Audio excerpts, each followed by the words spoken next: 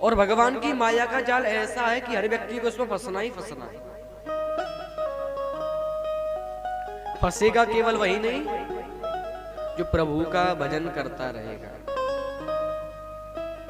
और जिसने भजन करना बंद कर दिया उसका समझ लो भगवान की माया के जाल में उसका फंसना निश्चित है। ये क्या है? संसार क्या है? ये भगवान की एक माया है, ये भगवती की एक माया है जो कि स्वयं बनाती है और स्वयं ही अपने में अंदर कर लेती है। आज घर दिख रहा है, ये कल का पता है कुछ? कल क्या से क्या हो जाए। जिस दिन भगवान भूत भावन भोलेनाथ ने अपनी तीसरी नेत्र खोल दी, उस दिन इस संसार का प्रलय होना निश्चित है। ब्रह्म रूप भगवान ने रचा सकल संसार, विष्णु ते पालन करे,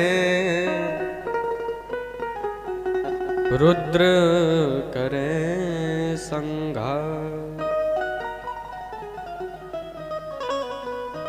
श्री ब्रह्मा जी महाराज इस सृष्टि को बनाते हैं बड़े प्रेम के, अपनी ड्यूटी कर रहे हैं वो। और भगवान श्री हरि विष्णु इस सृष्टि का पालन कर रहे हैं जैसे माता बालक का पालन करती है। और भगवान भूत भावन भोलेनाथ समय आने पर, मां भगवती की आज्ञा आने पर इस सृष्टि का प्रलय ही प्रलय कर देते। प्रलय का मतलब यह है कि यह पूरी पृथ्वी जलमग्न हो जाती है। केवल एकमात्र बचता है कौन? कि करार विंदे नपदार विंदम, मुखार विंदे विनवेशयन्तम, बटस्य पत्र स्यपुटे शयानं,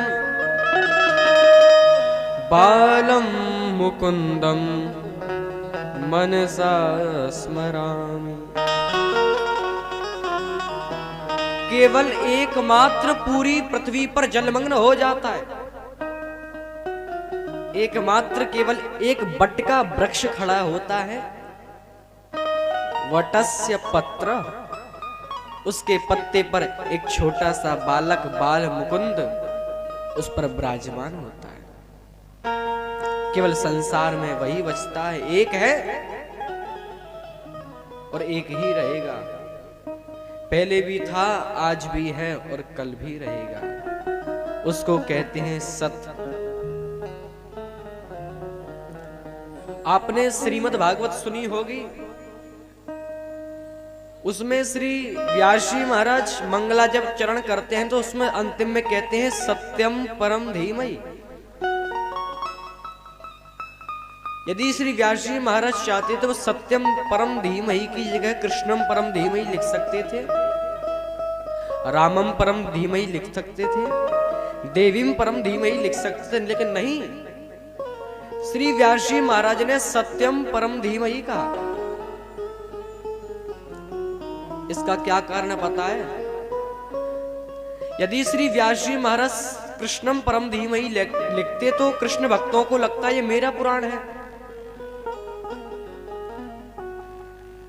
और यदि रामम परम धीमहि लिखते तो राम भक्तों को लगता है ये मेरा पुराण है, देवीम परम धीमहि लिखते तो देवी भक्तों को लगता है ये मेरा पुराण है। श्री व्यास जी महाराज ने इसलिए सत्यम परम धीमहि कहा कि जो सत्य है उसको हम सब बारंबार प्रणाम करते हैं।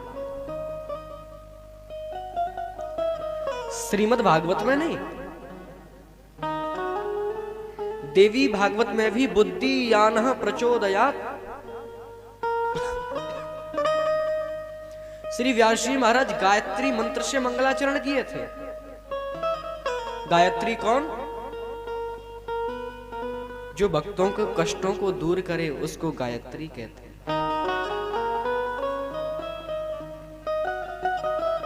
तो जो पहले भी था, आज भी है और कल भी रहेगा, ऐसे परम सत्य को हम सब बारंबार प्रणाम करते हैं।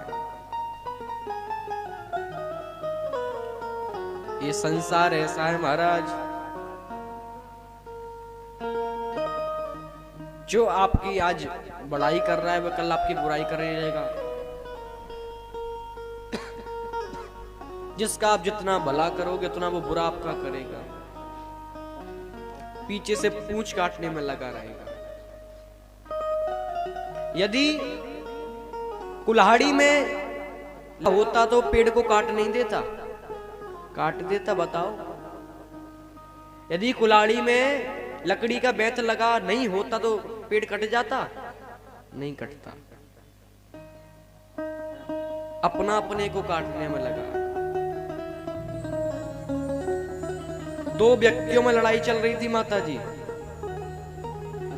एक बोला भैया मैं तेरे 32 दांत तोड़ूंगा, और दूसरा बोला भैया मैं तेरे 64 दांत तोड़ूंगा। क्या? एक बोला मैं तेरे 32 दांत तोड़ूंगा, दूसरा बोला मैं तेरे 64 दांत तोड़ूंगा। अब तीसरा आया, भैया 64 दांत तो होते ही ना है। बोले भैया मेरे को पता था तू जरूर आवेगा। 32 इसके हो गए, 32 तेरे हो गए, पूरे हो गए 64। बीच में किसी के बोलो मत महाराज, कोई बोल रहा है बड़ा तो जितना हो सके उतना भजन करो कलयुग में केवल, क्योंकि एकमात्र कल्याण का साधन है भजन। और गोस्वामी जी भी कहते हैं कलयुग केवल नाम आधार, कलयुग केवल नाम आधार, ओ कलयुग केवल नाम आधार, कलयुग केवल नाम आधार। सुमिर सुमिर नर उतरहि पारा, सुमिर सुमिर नर उतरहि पारा, ओ सुमिर सुमिर नर उतरहि पारा, सुमिर सुमिर नर उतरहि पारा। कलयुग केवल नाम आधारा। कलयुग में तो केवल भगवान का नाम ही कल्याण का साधन है।